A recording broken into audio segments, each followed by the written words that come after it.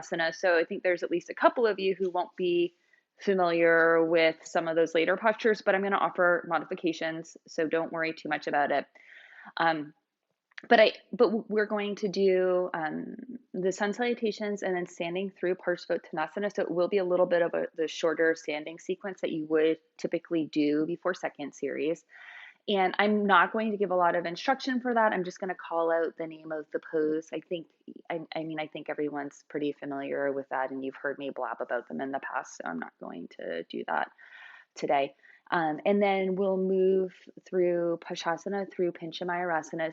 So if you're not familiar with those poses, um, don't worry about it too much. If this isn't part of your normal practice, just do the best you can with the poses. And um, for instance, Aditi, I know that you're normally practicing primary series, so this will be good exposure for you. And just don't worry too much about what you can and cannot do. Like I said, I'll offer modifications, but we are going to try to keep it to the sequence as much as possible. So we're not going to be doing a lot of research and prep poses. I'm hoping to keep this class right around 80 minutes. So, but those of you who did the backbending workshop last weekend, the from Crapo to Capo workshop, feel free to do any of those variations of the backbends that we did together last weekend. And I'm not necessarily going to instruct it, but this would be a good opportunity for you to practice it. Okay, with that, let's do it.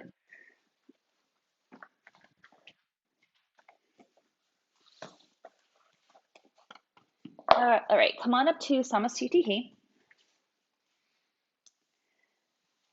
And just take a couple of breaths here.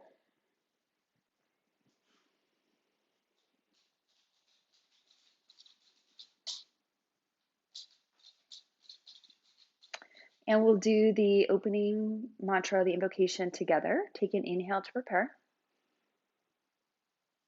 Exhale. And inhale for the Om.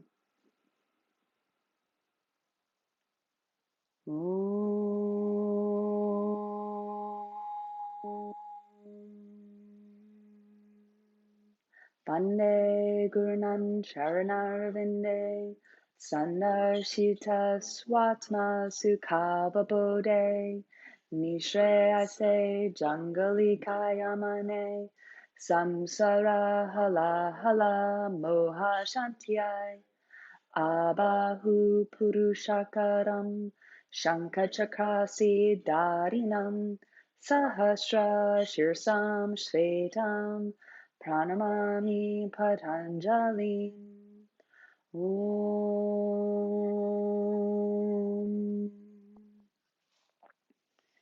Surya Namaskara A.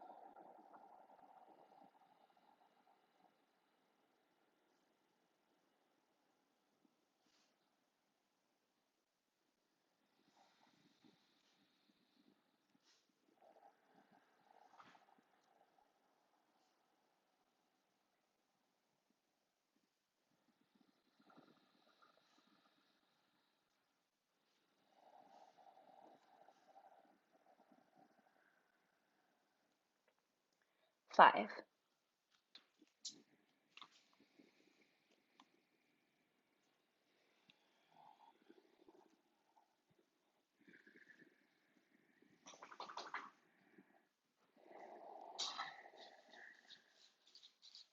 Second one.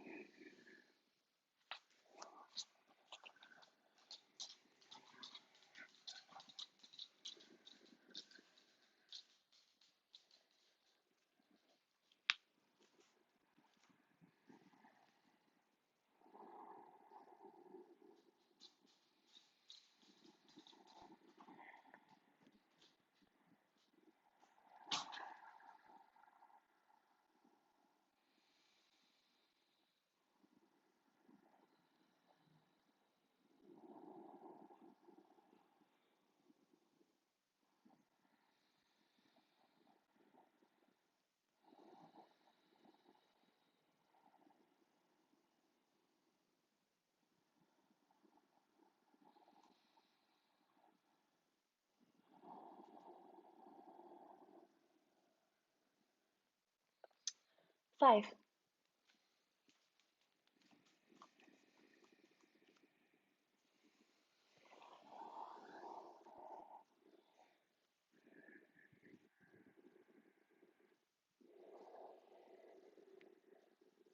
Third time.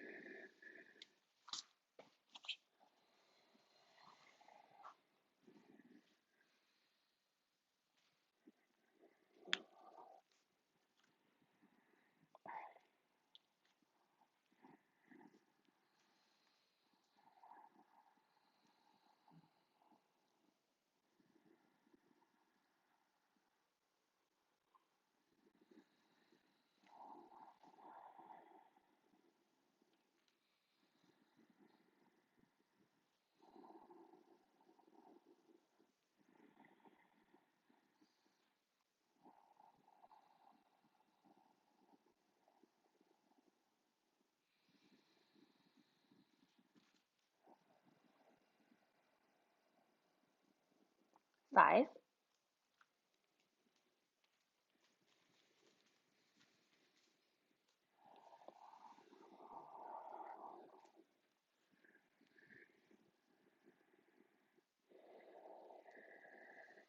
Fourth time.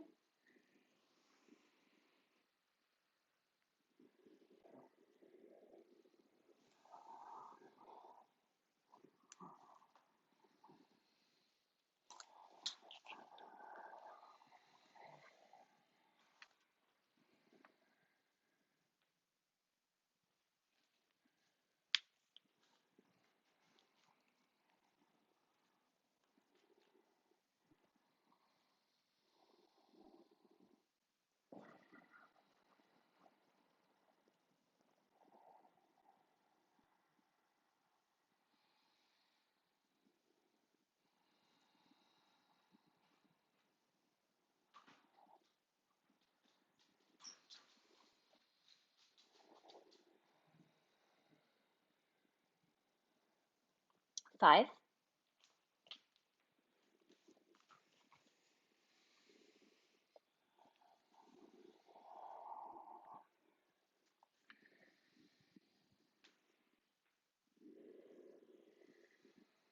Last one.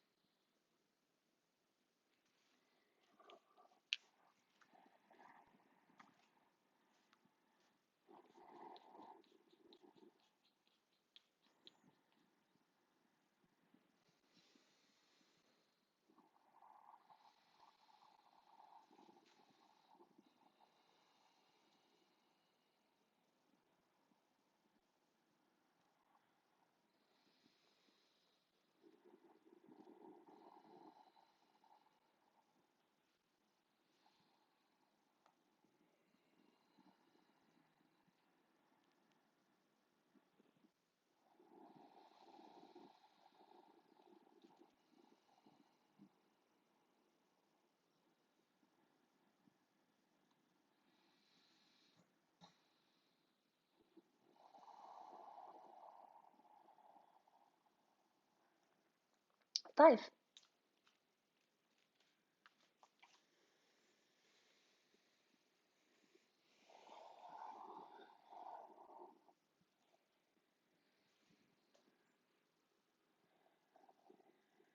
Surya Namaskara B.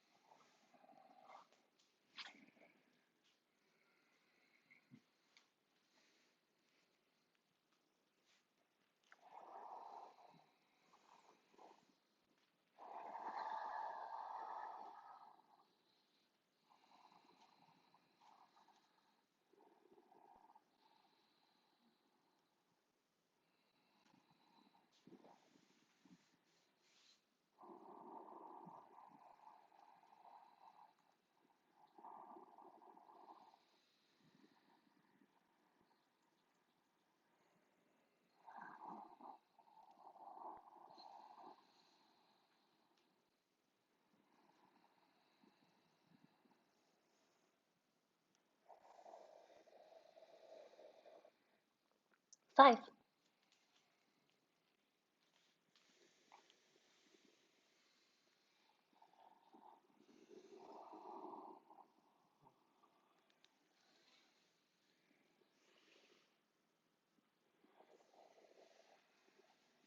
Again.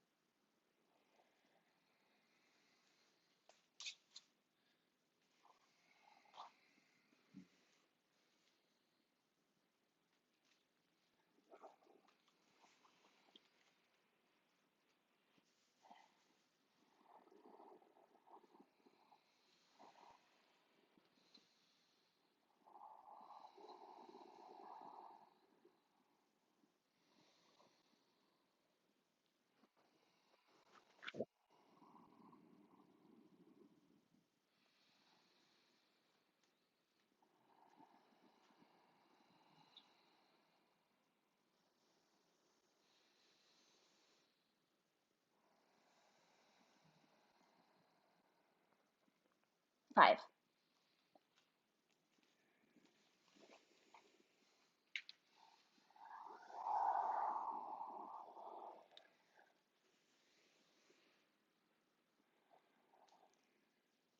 Last one.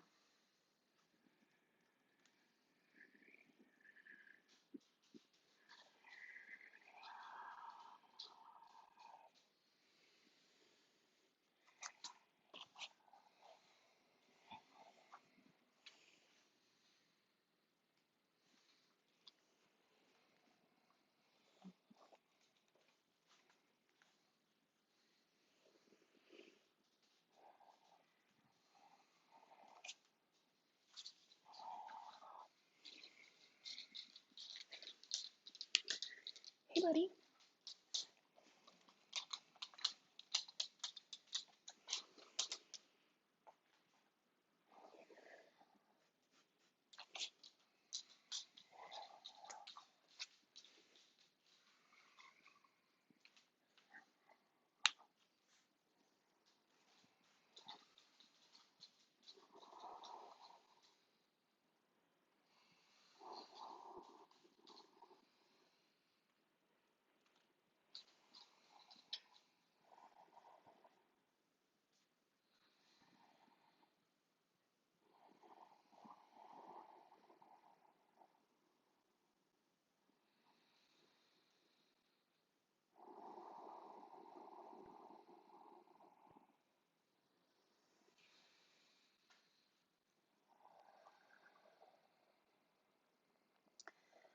Five.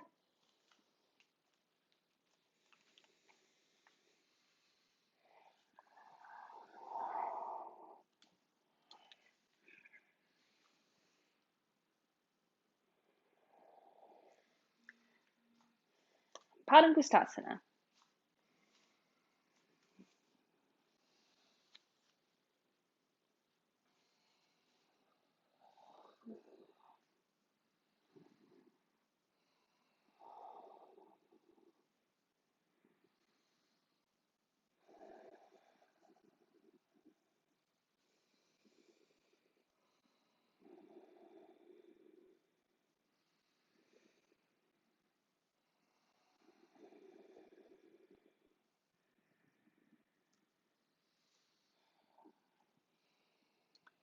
Padahastasana.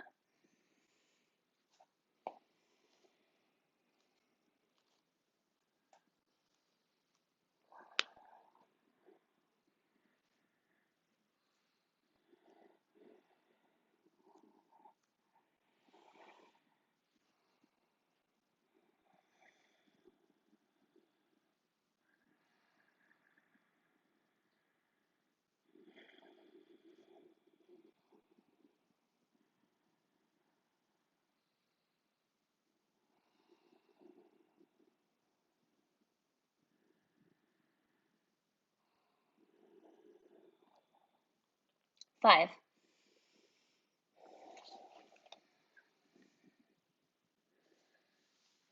Trikonasana.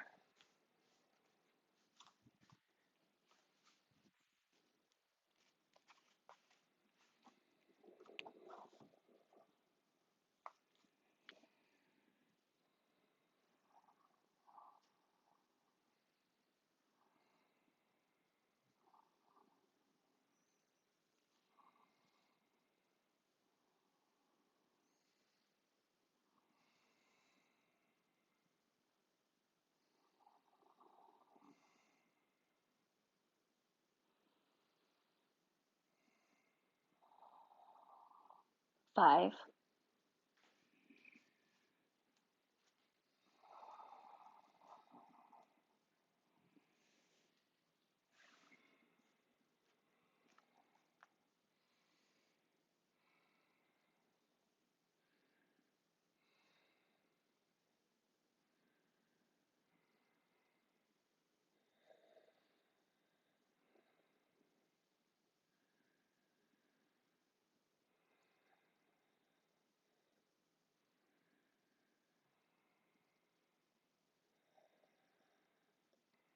5, Pravrita Trikonasana.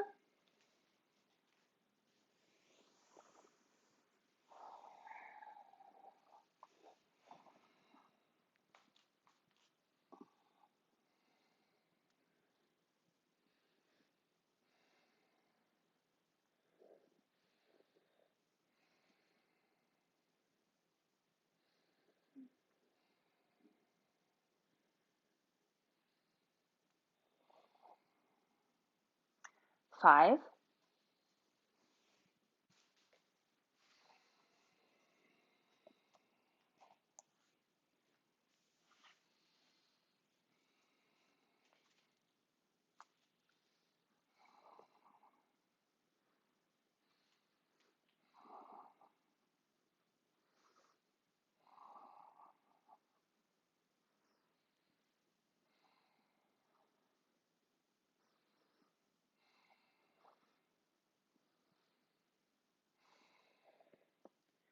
5, Samastitihi. Parshva Konasana. Maybe take the stance a little bit longer today just because we're doing the shorter version of the standing sequence. Really try to get into the hips here.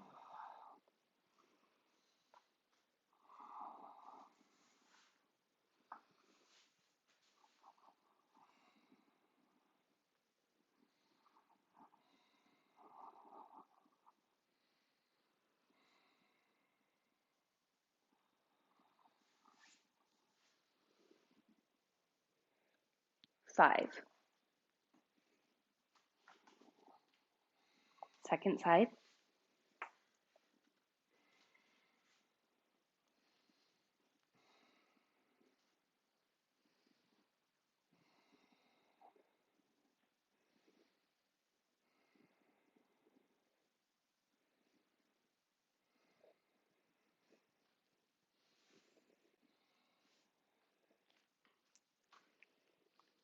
5.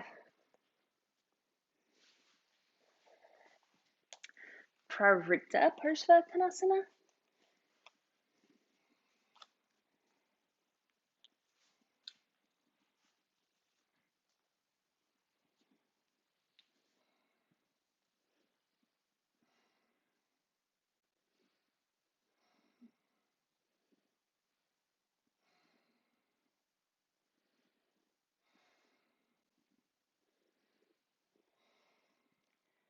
5.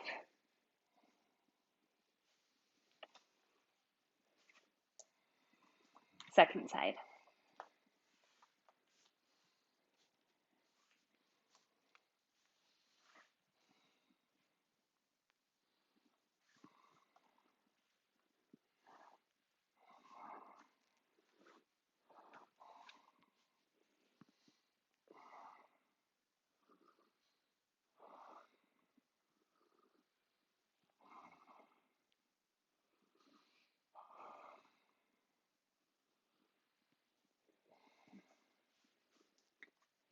5. Samastitihi. Prasarita Padottanasana. A.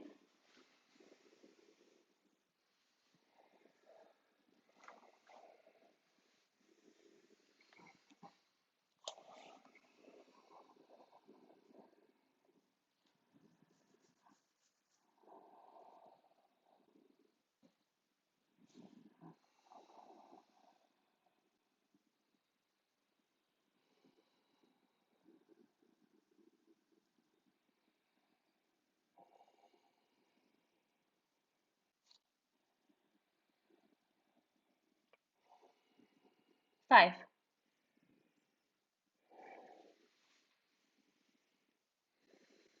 B position.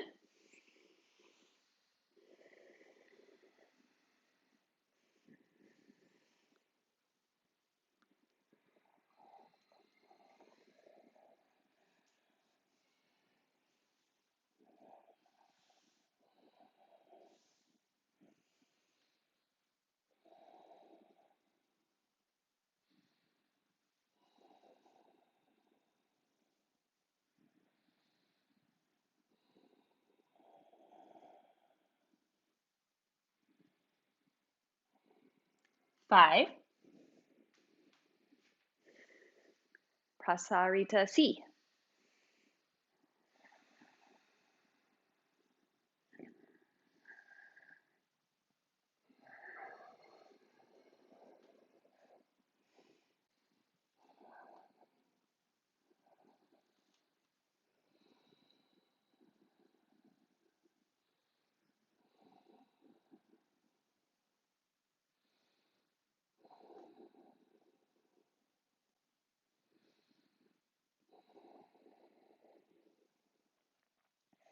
5.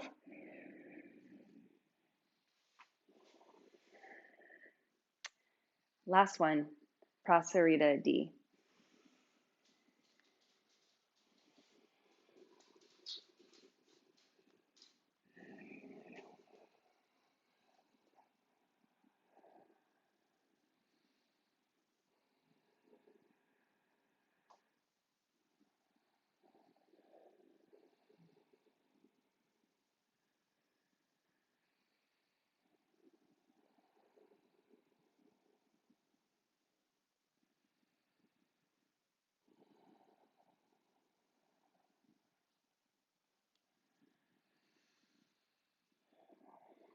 5.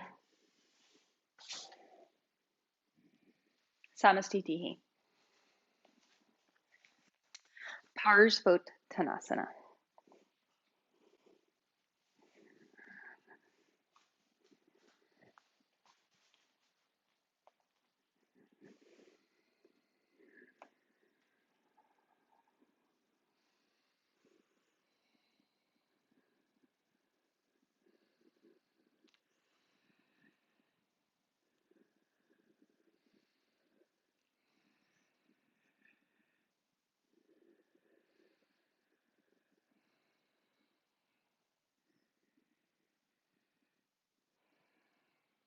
5.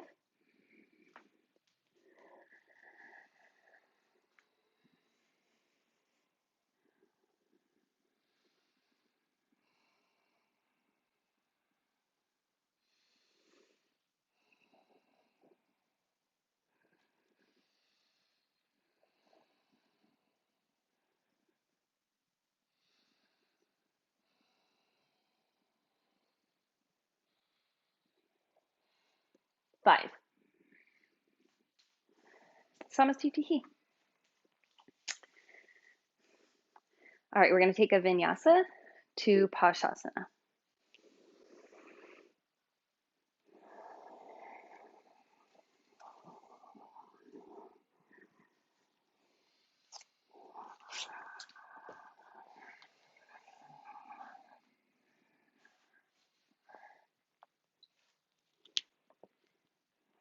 Hop forward to the front edge of your mat. Most of you know Pashasana, so do whatever version you normally do. But if you don't know Pashasana, what I would suggest doing is a squat with your legs a little bit apart and then grabbing or looping just one arm, or one leg rather. So your hand goes in the middle of your legs and you look over your left shoulder first.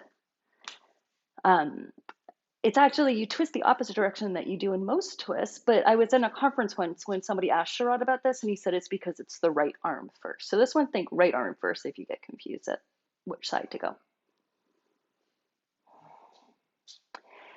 And after your 5th breath, there's no vinyasa, change sides. Think of opposing forces here.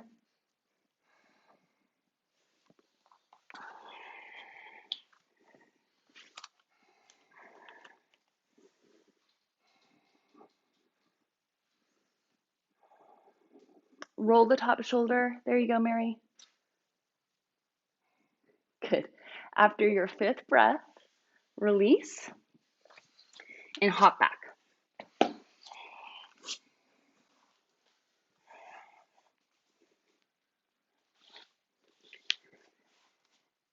Kranchasana.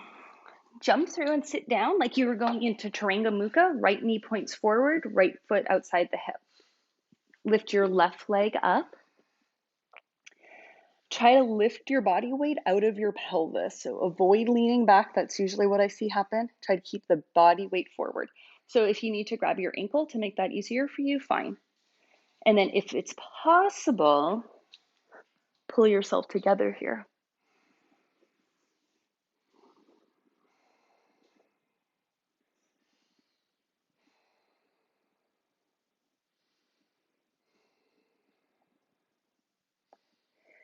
Inhale, open it up. Release the leg, hands outside your hips. Take it back.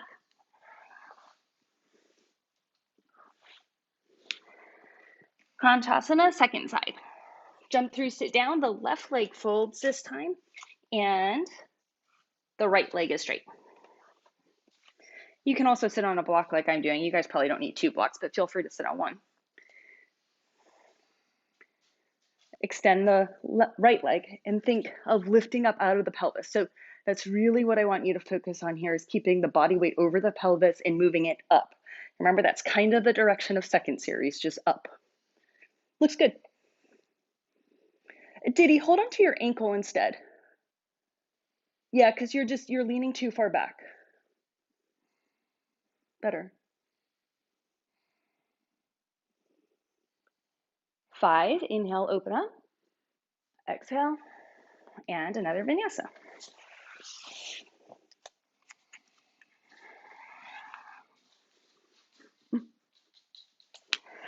Shalabhasana.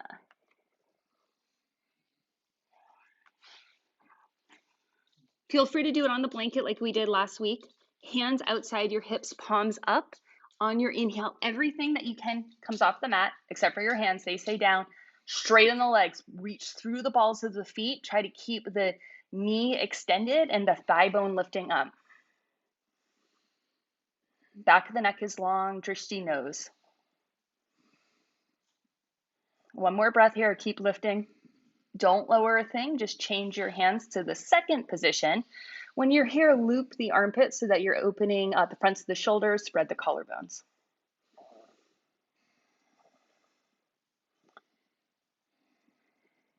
Everyone try to get your legs up 1 inch higher. Fire up the posterior chain, glutes and hamstrings. Okay, feet down. Inhale, up dog. Very nice. Exhale, downward facing dog. Inhale forward to the high plank. Lower down. And we're going to do Ekapada Bekasana first, so the one-legged version. If you want to do a Virasana instead, that's fine. Prop yourself up on your left forearm. Grab your right foot. Push the heel outside of your hip. When you're in the Ekapada version, avoid twisting. That's really common here. So you want to pull the right rib cage a little bit forward instead of letting it go back. Okay, switch.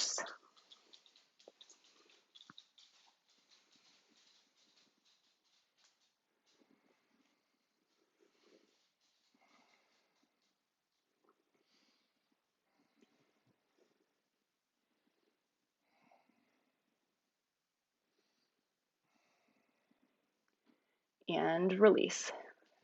Inhale, upward facing dog. Exhale, downward facing dog. Bakasana now. Inhale forward, lower down. If you're new to the pose or if you need to prop your chest up with a block or a blanket or a bolster, do that now. And then try to do both legs at the same time.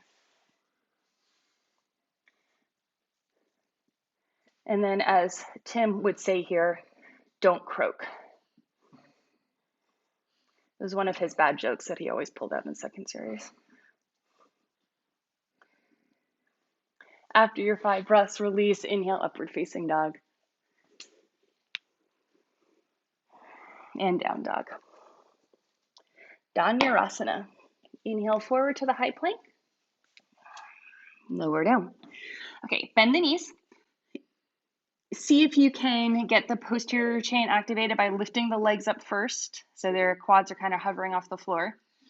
And then reach back and grab your feet. Inhale, pull it up. Belly's the foundation here, so your weight is on the stomach, and you're trying to pull your feet up higher than your head.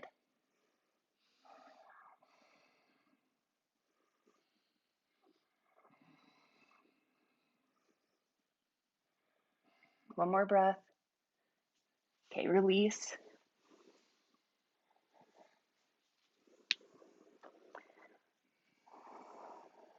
Parsva Dhanurasana.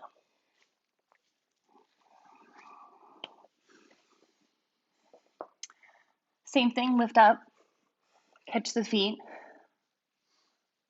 pull everything up. So in a perfect world, the feet are higher than the head, and then pull yourself over to your right side.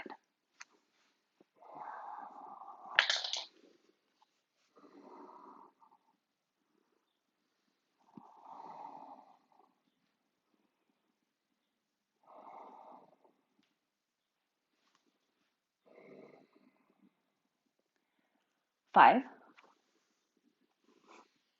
Second side, roll over to the left. Nice, there you go, Diddy.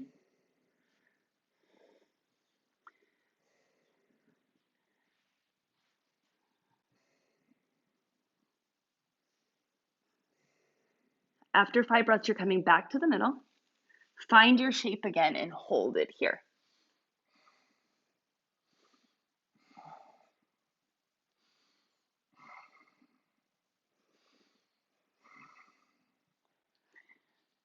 And 5, lower down. Inhale. And exhale to your downward facing dog. All right, our back bends are going to change direction now. We're on our knees. Come forward for Ustrasana. Stand on your knees. Zip up through the midline, really lift the chest up. And then go for your version here. So it can be hands on the sacrum, hands on the heels. You could pop your toes up and get your heels up higher, whatever you need to do. Once you're in your version of the pose, push your feet down, your shins down, your toenails down, hands into whatever they're going into. So you're fighting the opposition there, chest lifts up. And like we talked about last weekend, think about keeping the hips over the knees so that avoid taking them really far forward.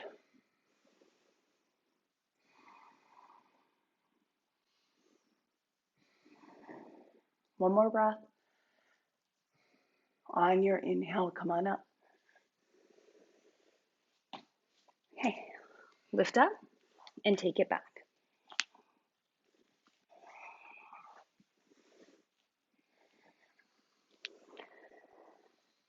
Second back bend here of the kneeling part of the sequence is Laghu Vajrasana.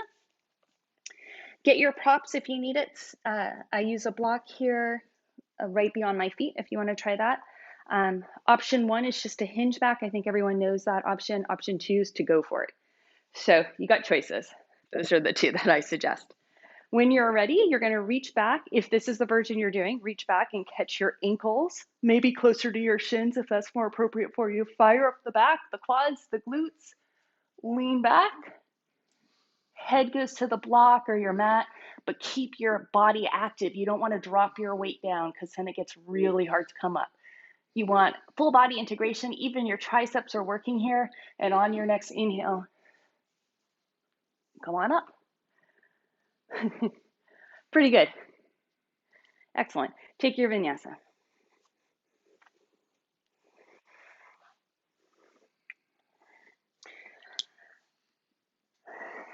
Next on our list is Kapotasana. So let's do a research pose here.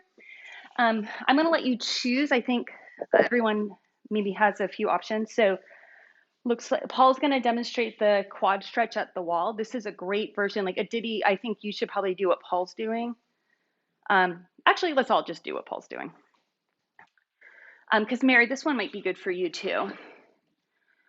So you're going to bend your knee so your shin's up the wall, and you're kind of lunging forward a little bit. This is a great way to back bend if you have a back injury and you can't really bend the back. This still accomplishes the opening of the front side of the body, which is really what you're essentially doing in back bends. If you want to, you can reach up here. I suggest spinning the arms so you're getting an external rotation of the shoulders. Remember, whole front side of the body is opening here. Perfect.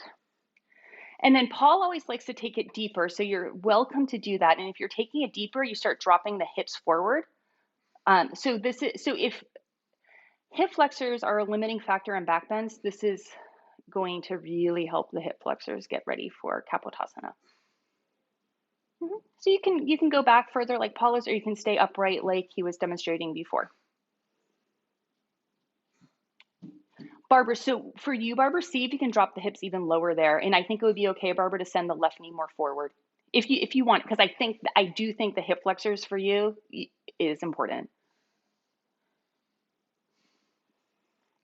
And then when you're ready, change sides. Yeah, Barbara, see, that looks really good for your hips. You can take another couple breaths here if you need it, though. Don't rush.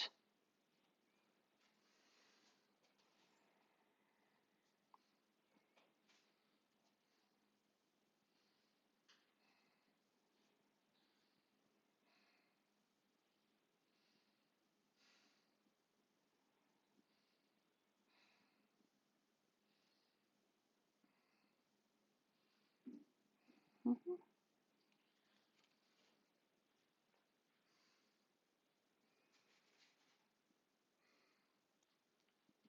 Yeah, once you're on your second side, it looks nice. You can, again, you could stay upright and really work on just opening the front side of the body, opening the hip flexor, or if you want to take it deeper, lunge forward, drop the hips.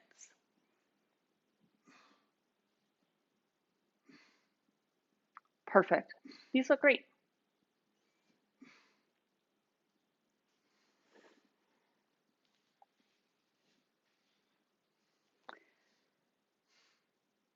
Okay. Another breath or two to finish up, and then when you are ready, go ahead and take a vinyasa from there. Are you guys ready to go for Kapotasana, or do you need another research pose?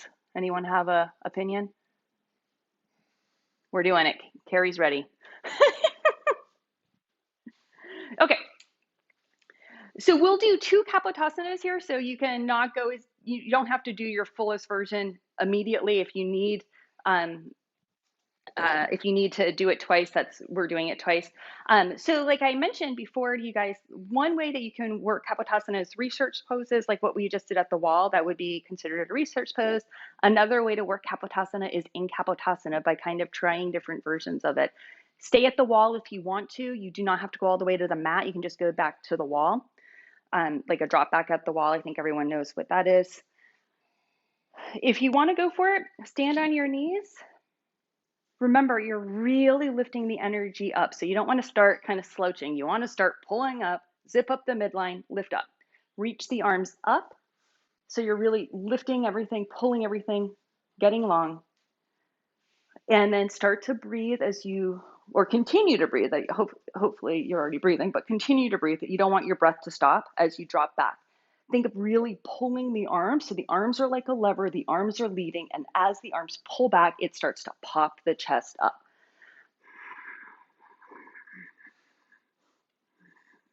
And I'm just going to tap the mat this time. Maybe take a breath or two here. And then I'm going to come back up and I'm going to try it one more time and really go for my feet. So that might be a good way for you to get ready for it, but continue on your own here. And if anybody wants me to look at their Kapotasana, let me know, give me a wave and I'll come and check you out.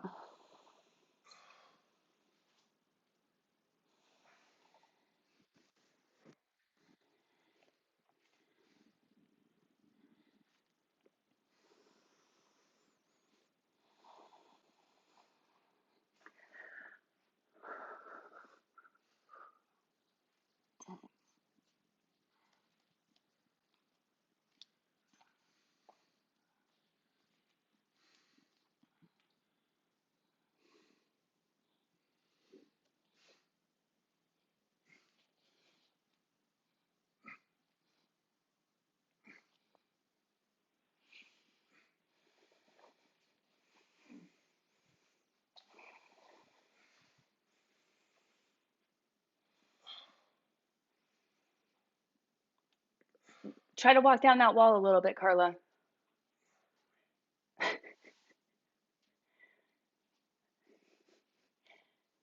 Okay, and then when you're ready, take a vinyasa. Let's meet up in down dog. So I'll continue when everyone's in down dog. So if you want to go for, do you want to help there, Paul, or are you good? All right. We're going to skip Supta Vajrasana because it's just a little bit too hard to do without either furniture or somebody to adjust you. And we're going right to Bakasana. Hop forward so your hands are just in front of your feet and your feet are together. And you're going to come down into a little squatting pose, open your knees and put your knees outside of your arms.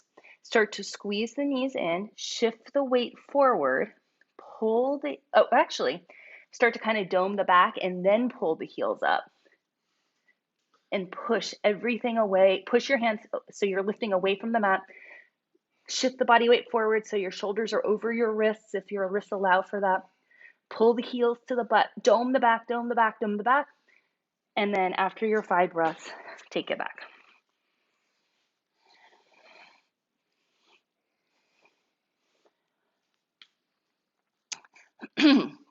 Bakasana B is the one when you float into it. You have options. You can repeat A if you just want to work on Bakasana and not worry about hopping into it. Just repeat what you just did. If you want to hop into it, here's my suggestion.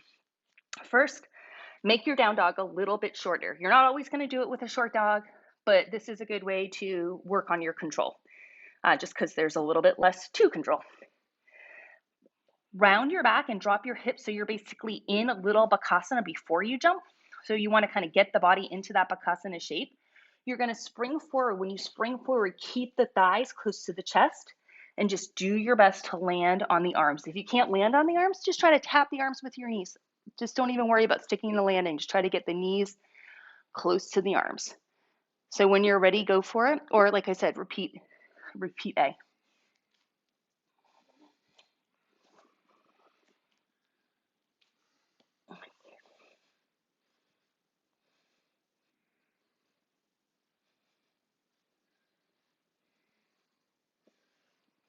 Okay, after 5 breaths, take it back.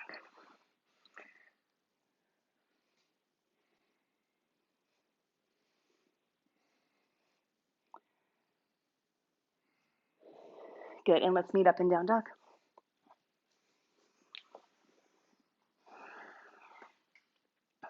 Jump through, sit down, Bharad Vajrasana. You are going to fold your left leg back so the knee points forward. You're going to take your right leg to a half lotus. Your knees are pretty wide apart here. I think probably about mat distance for most of you. Wrap, bind if you can. If you can't bind, just hold your waist. Yeah, so the left leg's in Taranga Mukha. The right leg is in a half lotus or like a modified half lotus, like a Janu Shirshasana would be fine here. Left hand to the right knee. Right arm wraps behind your back. There you go, Mary. Just take the right arm behind your back and you got it. Yeah, and then Mary, lean your body weight forward a little bit more. Like kind of pitch everything forward, Mary. Yes. So it's an extension twist. It's a little bit of a different type of a twist. The back's long.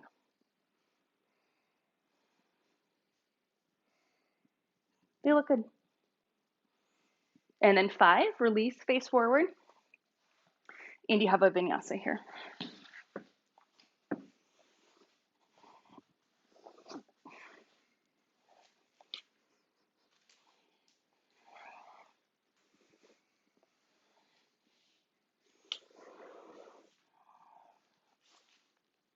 All right, second side. Right leg folds back this time. So the right leg is in like Chaturanga Mukha.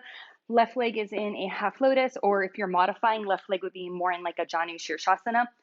Right hand, left knee, left arm wraps behind your back. And you can maybe grab your foot in it like Paul's demonstrating, or you can just hold your hip like I'm showing you.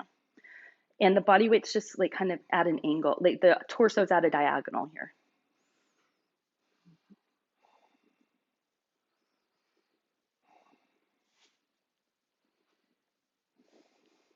Turn and face forward, release.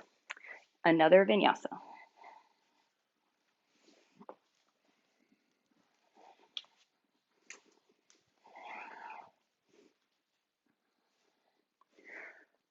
Ardha Matsyendrasana. Jump through, sit down. Well, the left leg's the bottom leg first. So the left leg bends, knee points forward. The foot comes back outside of the opposite hip. I need to sit on something here for my knee.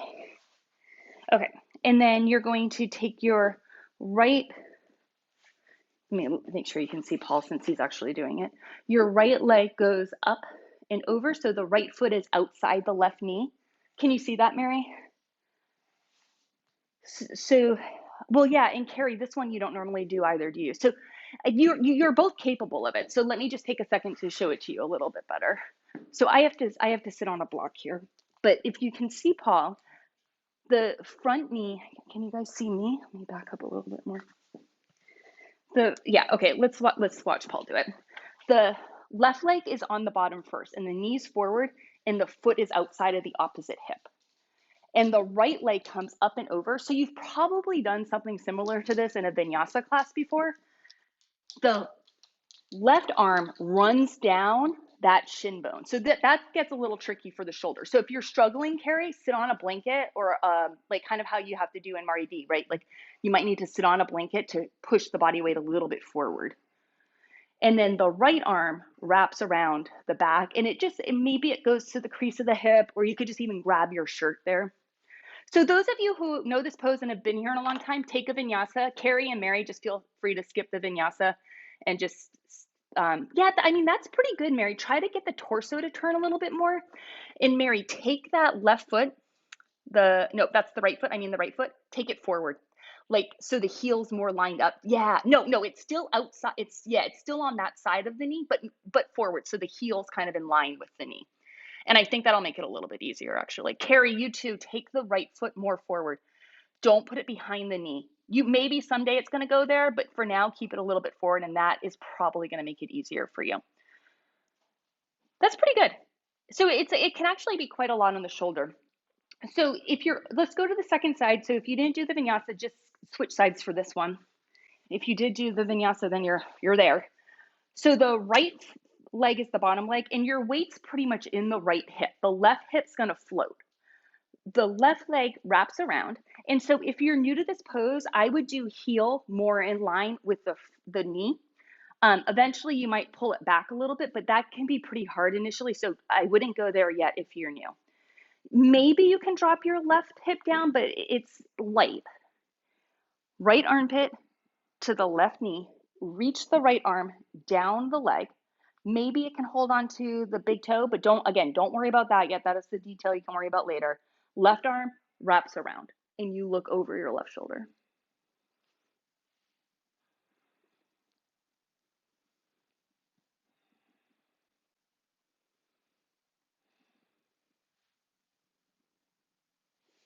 Okay.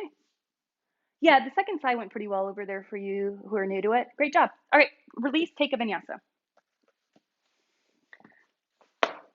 I think what we're going to do today is just prep for Ekapada Shirshasana. Maybe we'll do Ekapada Shirshasana, but we'll spend some time kind of working up to it because that's probably more appropriate for everyone. Definitely more appropriate for me. So, okay, you're gonna step your right foot forward like in like a lizard lunge, which I think is something they do in vinyasa classes. I Paul just asked me how I would know. I would know, and I really wouldn't because I haven't done a vinyasa class for about 20 years. But I think they might call it that. Okay, so your right foot's forward, your left leg is active. You can, I would say, knee up, both hands inside the right foot for now. So we're just trying to get into the right hip. And we're not going to stay here long. So if you can, as soon as you can, drop down to your forearms. And you might even want to let the right knee open out to the right a little bit. And I have to put my knee down because it hurts my knee, but you don't have to put your knee down. I would suggest probably keeping it up for most of you for a little while.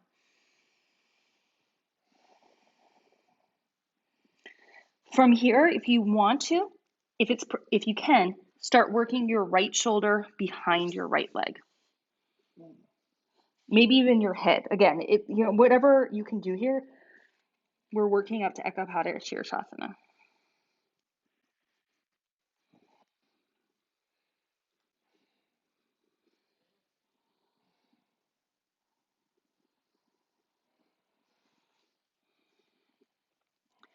And then take your shoulder out, move the right foot to the opposite side of the mat for a pigeon pose. Again, I think probably everyone's familiar with pigeon pose. Just a nice stretch for the outside of the hip here.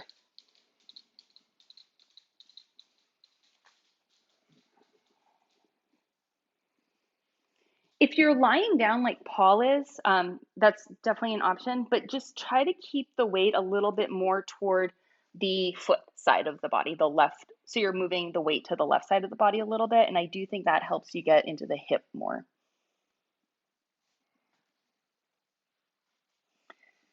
Okay, one more breath here. Take the left foot, swing it around. Take your right leg and hug it into your chest. Like, just like you're giving your leg a big hug.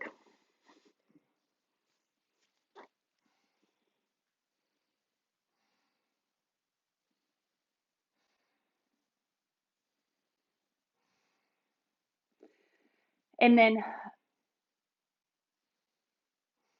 from here, if it's available to you, you're gonna lean back, still hugging the shin bone, or I'm sorry, lie back, still hugging the shin bone. So you would just kind of be lying, hugging the shin. And this is a pretty close approximation to Kashyapasana, which is a posture in third series. But it's a good way to get ready for Ekapada Shirshasana.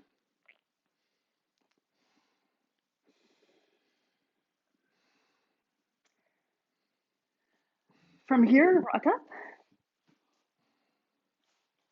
Back to seated. You can do it, you can do it, you can do it. Good. And then one more time here, just see if you can get that shin bone parallel to the floor. Give it a good hug. Maybe push the knee out to the right a little bit. Push the foot toward the midline a little bit. Another good option, if this is too much for you, is kind of like a figure four stretch, supporting the ankle with the opposite leg. And then we are going to call this Ekapada Shirshasana for the day. Go ahead and take a vinyasa. We'll do the same thing on the second side.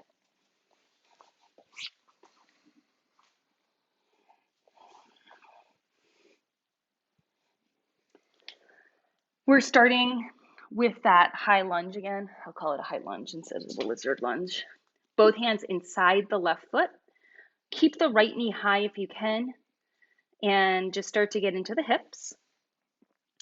When and if it's appropriate for your body, put your forearms down and try to drop into the hips even more.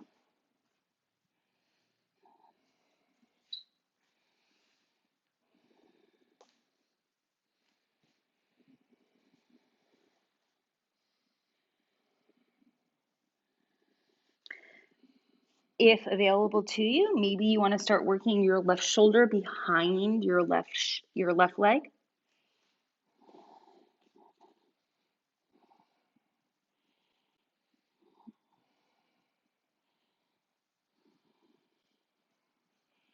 And maybe you even want to start working your head behind. Just do what you can here. My head isn't going behind, but I'm trying to get a little bit deeper.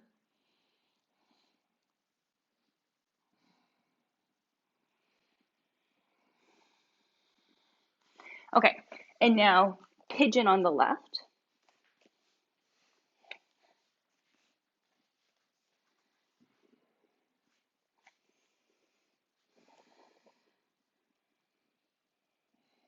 And remember, keep the weight over toward the right a little bit more, and typically that is going to get you deeper into the outside of the left hip.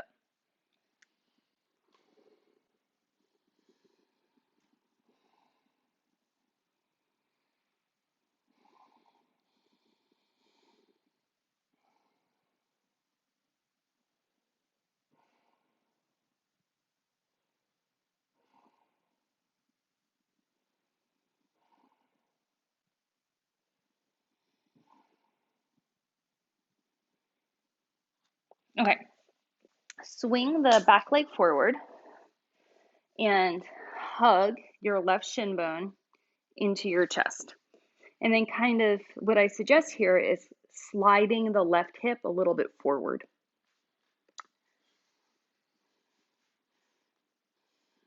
Mm-hmm. Yeah, and if this feels terrible for you, the other thing that can be helpful is just to support the left leg with the right thigh. And the other thing you could do instead would be Janu Shirshasana A. So that's a good option here also. Okay, from here, if you can do it, you're lying back.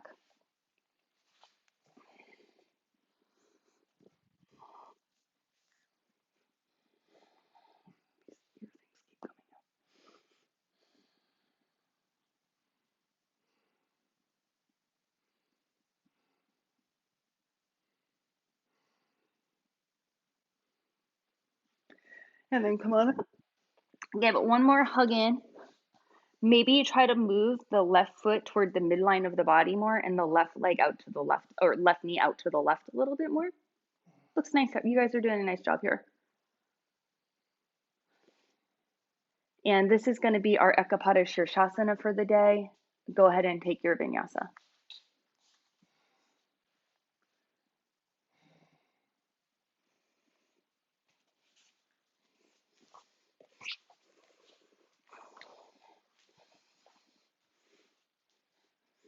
Okay, based on how that went, which you guys look great, but I'm not going to make you do Dvipada or Yogi Nidrasana. So those are those are some of the few postures in the Ashtanga sequence that, Ekapada is really kind of necessary to be able to do safely before I would suggest doing Dvipada or Yogi Nidrasana. You could modify them if you wanted to in the future with like a Supta Karmasana, but we are going to go right into Titibhasana instead. Get a strap. If you're new to this pose, I want you to have a strap nearby. And if you also, this is just a good one to be a spectator for. So if you've never done it, you can also just spectate. Okay, Titibhasana.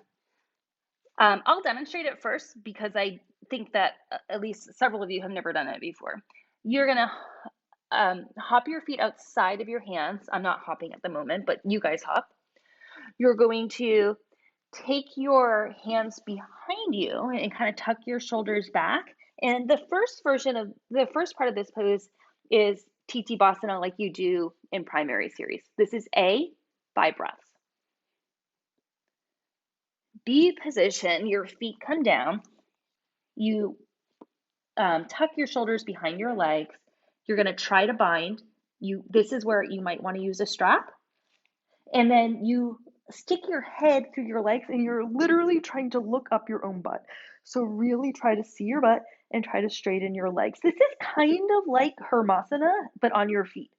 So modification could be Karmasana from primary series. And if you keep working Karmasana from primary series, it does support this posture. This part gets a little tricky. You're going to try to walk forward and then walk backwards. So shift the weight to one leg, lift the other one. Shift the weight, lift the opposite. Shift and lift, shift and lift. 5 steps forward, 5 steps back. The last one here. I can't really do it right now because of my knee, but your feet turn out and you tuck behind your legs again. And you would, if in a perfect world, you'd be binding your hands here, but you could also modify like how I'm doing. That's another 5 breaths. Then it's back to A. You just pass through here. Oops, I'm falling on my butt. And then you take a vinyasa and jump back. Lots of parts. It's challenging, but let's give it a shot here. So from down dog, jump your feet outside of your hands.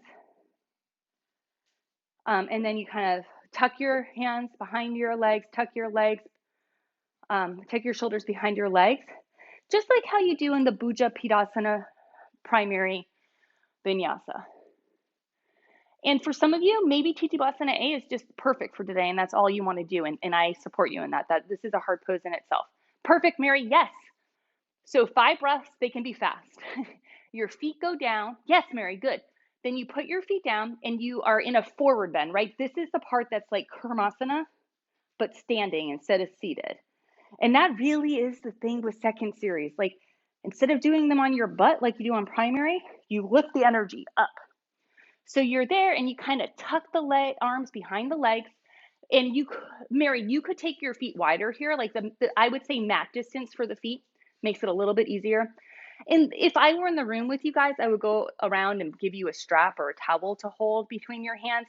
Mary, now Mary, take your arms. They're not going around the shin. They try to go around the thigh. So keep the hands back. No, no. Back to, you were almost right, but yes, exactly. Yes. Perfect. That's good. You just need someone there to give you a strap. You're good. Okay, from here, this might be a good place to stop, but if you want to try to walk forward, you can walk forward. But if you know, give it a shot if you want. It's a real quad burner. But again, don't feel like you have to walk forward if that just feels absurd to you. Walk back. So if you're new, I would suggest like starting with 1 step forward with the right, 1 step with the left, and then go back. You don't have to do all 5 the first time. It does hurt the quads for sure. And then this last part of the pose, you're basically in Kurmasana again, or Supta Kurmasana. Feet turn out. So in a perfect world, it would be heels together, toes out, shoulders tuck behind the legs, hands wrap around the feet and touch and bind, and you're tucked through. So your butt's a little lower here and your legs are more bent. After your 5 breaths, hands back on the floor, butt down, legs extend, back to Tittibhasana, which we just learned. What is it, Pop? So this actually isn't firefly pose, you guys. It's woodpecker pose. Isn't that funny? So it gets translated incorrectly all the time.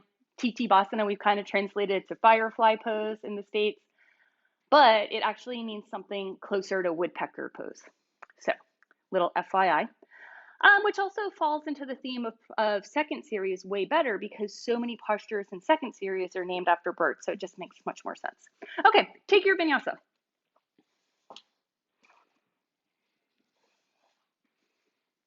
Okay, Pincha Mayurasana. We're going to do some prep here because I don't want everyone just flinging themselves upside down. First thing, and for some of you, you're not going upside down today. You're just going to work on getting stronger. It's a really important part of this pose is being strong enough to do it. I suggest getting a block and holding it between your thumb and your index finger. You want your shins parallel, you want your forearms parallel, and then you're going to lift your butt up and walk your toes in so your shoulders are over your elbows, and you're just going to hold it here. The first step is just getting strong. So for some of you, this is all you're doing, and it wouldn't be right for you to go upside down just yet because you don't want to get hurt. If doing this feels not very hard, I want you to lift the right leg up and put even more weight into the shoulder girdle and the foundation here. And then, of course, if you lift your right leg up, you got to alternate.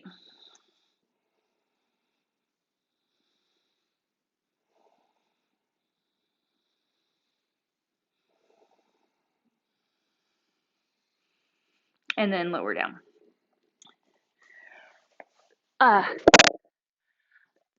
So for a lot of you, I would think going upside down at this plane is not appropriate for you, but doing that will lead you in the right direction to being able to go upside down and doing Pincha Mayurasana. I'm going to have Paul demonstrate Pincha Mayurasana. I know Barbara's regularly working on Pincha Mayurasana, so Barbara, please feel free to do it. If you have done it before and you feel like safe, go to a wall and do it. I'm happy to have you guys do it at a wall. I obviously just don't want anyone to get hurt here because you do need to be strong enough to support your weight on your forearms before you do this pose. And that's why what we just did is a great way to do it. Other great ways to do it, just a regular forearm plank. You know, this is really good.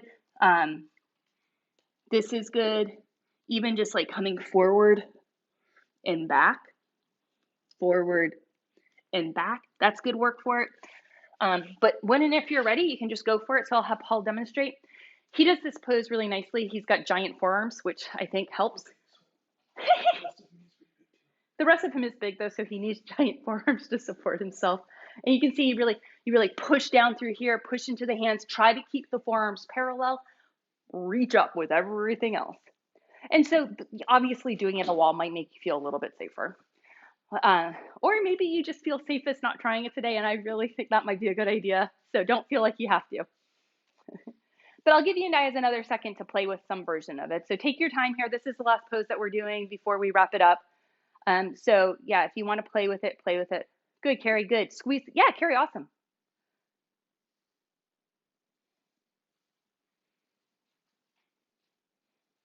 Nice, Mary. You're all lined up. I mean, the hips are in the right place.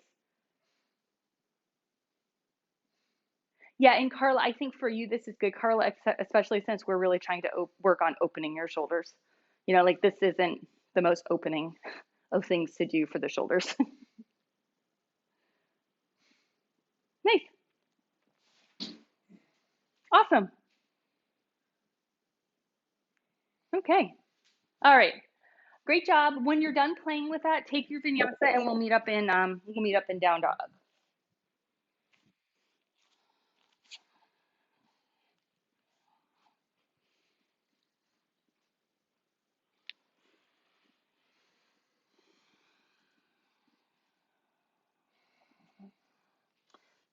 Jump through, sit down.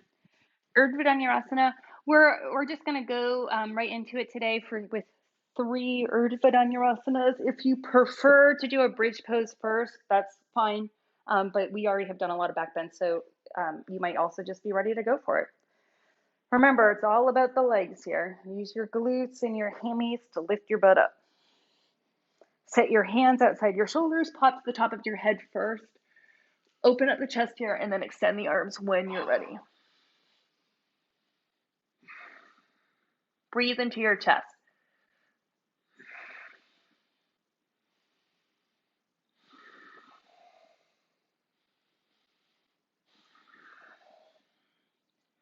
Five. Lower down. You can lower all the way down or just halfway down. And when you're ready, go to your second back bend.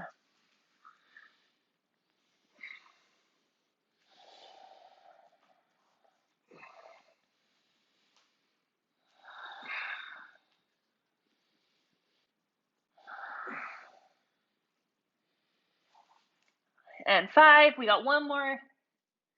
Last time.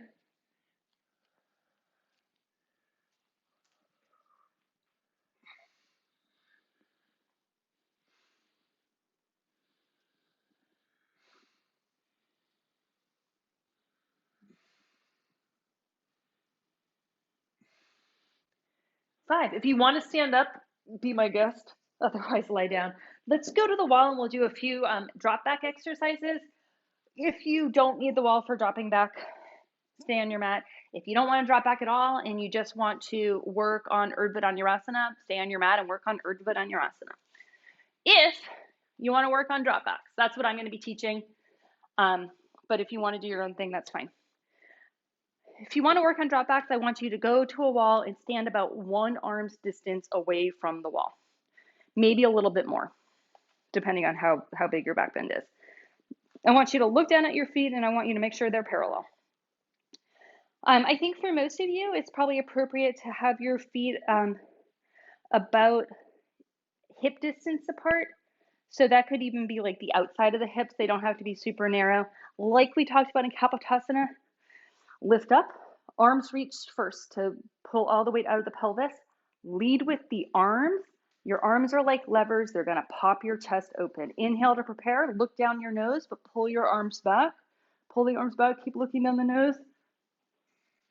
Exhale, exhale. Tap your hands to the mat. Or I'm sorry, tap your hands to the wall and then come right back up. Perfect. When you're doing this, you want to do your best to keep the weight of your body in your legs. So when you put your hands on the wall, it's really just a tap and you're coming right off. If you dump your hands into the wall, it gets a lot harder to come back up to standing. We've got 2 more. Inhale, prepare, lift up. Exhale, pull back.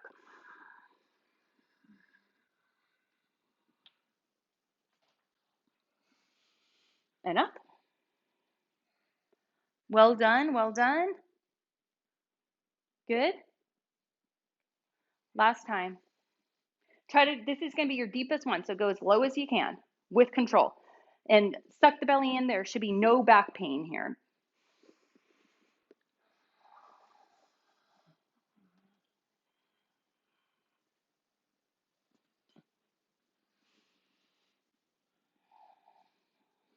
Okay. Standing forward fold when you're ready.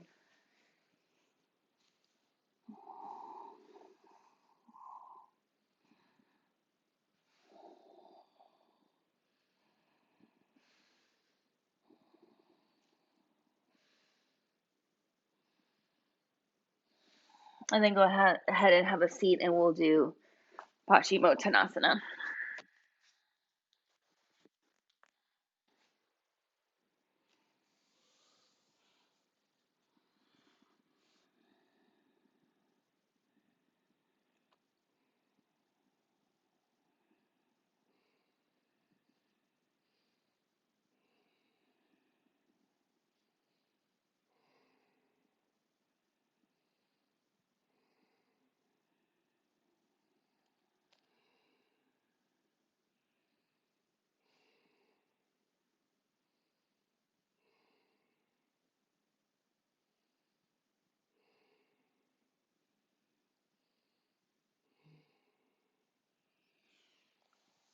Lie down onto your back for Tadaki Mudra. It's like Samasthiti, but lying down.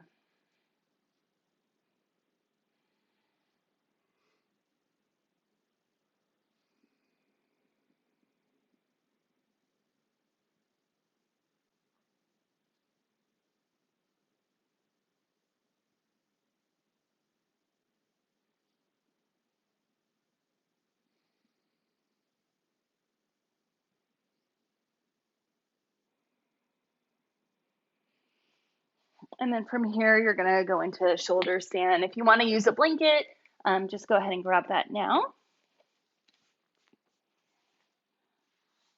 And when you're ready, stand on your shoulder. So it's really the whole arm frame that you're standing on.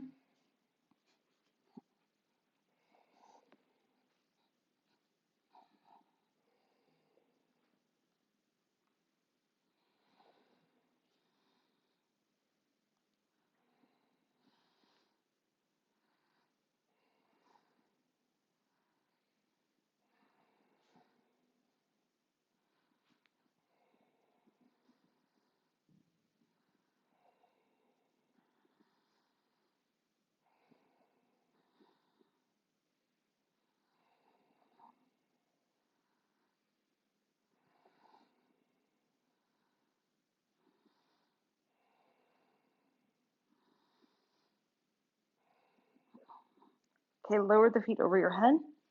Halasana.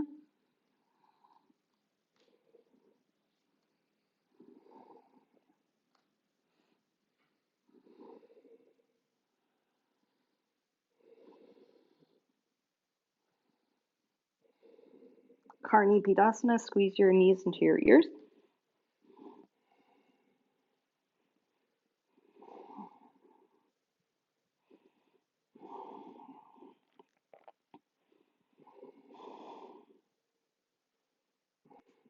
Back up to shoulder stand.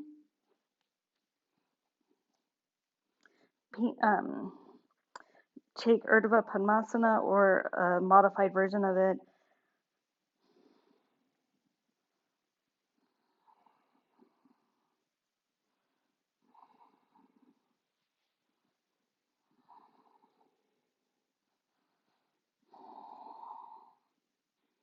Okay, back to Pindasana. Squeeze that lotus in.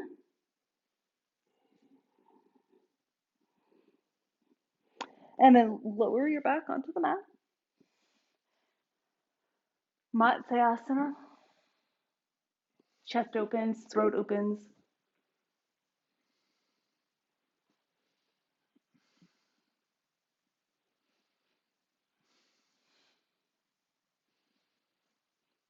To Uttana Pidasana.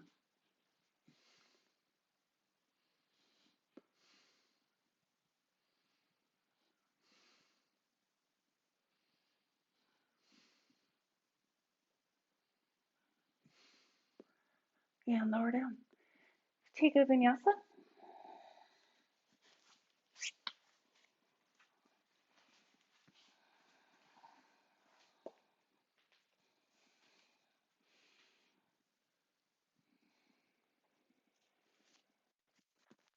Shirshasana, headstand.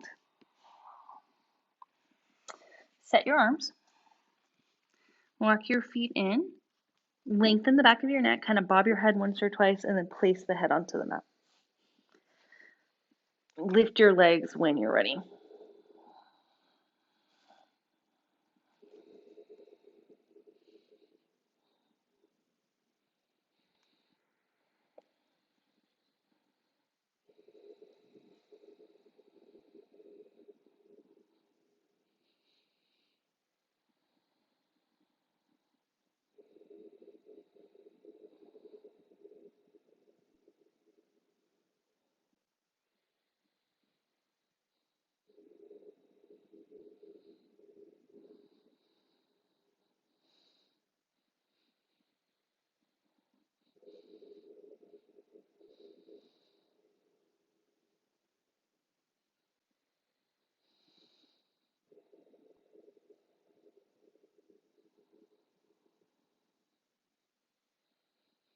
We're going to do 10 more breaths.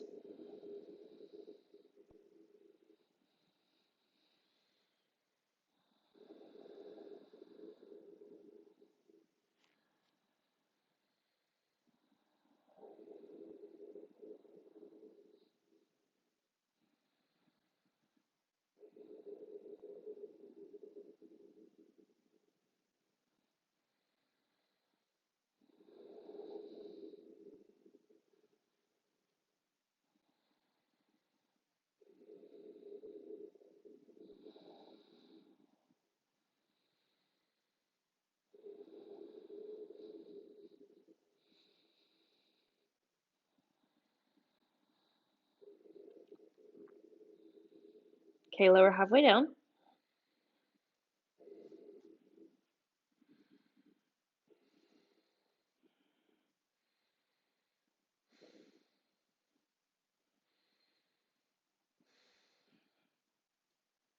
All the way back up. And then all the way back down, all the way to child's pose.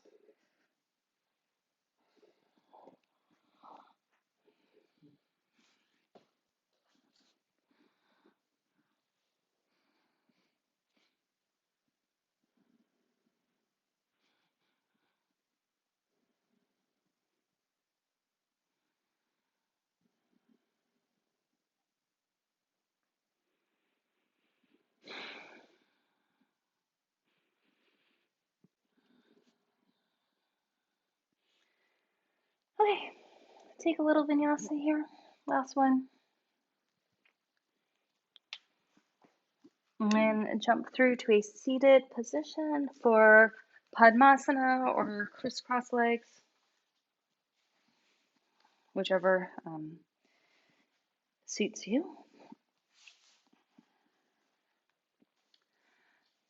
And you're going to start in Yoga Mudra. Bind your arms behind your back and grab your feet, or grab opposite elbows and then bow down. yoga mudra. You're all bound up. You're sealing in your practice.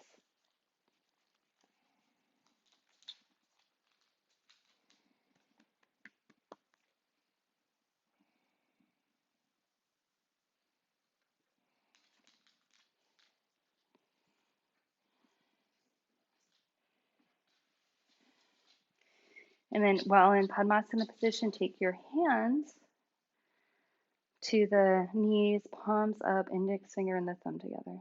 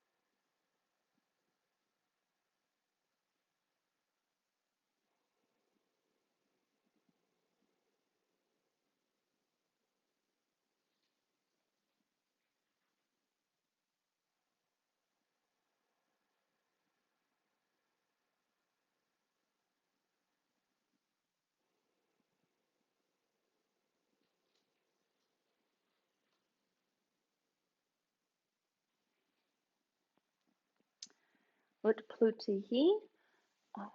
Uproot your lotus. You can put your hands on blocks like I'm doing. Whatever you do, though, you're trying to lift your butt up off the floor. Ideally, your legs too, if that's possible for you.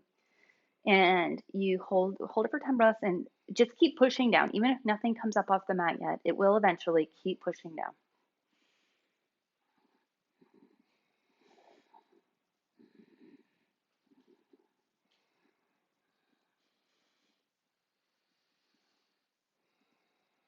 And then lower down. And we'll finish with the closing chant. We'll just all say it together. Take an inhale to prepare. Exhale.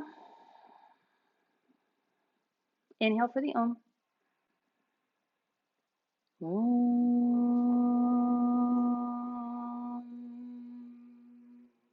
Swasti Brajabhya Paripalayantam Nyayena Margena Mahim Mahishaha Go Brahmanebhya Shubhamastu Nityam Loka Samasta Sukhino Bhavantu.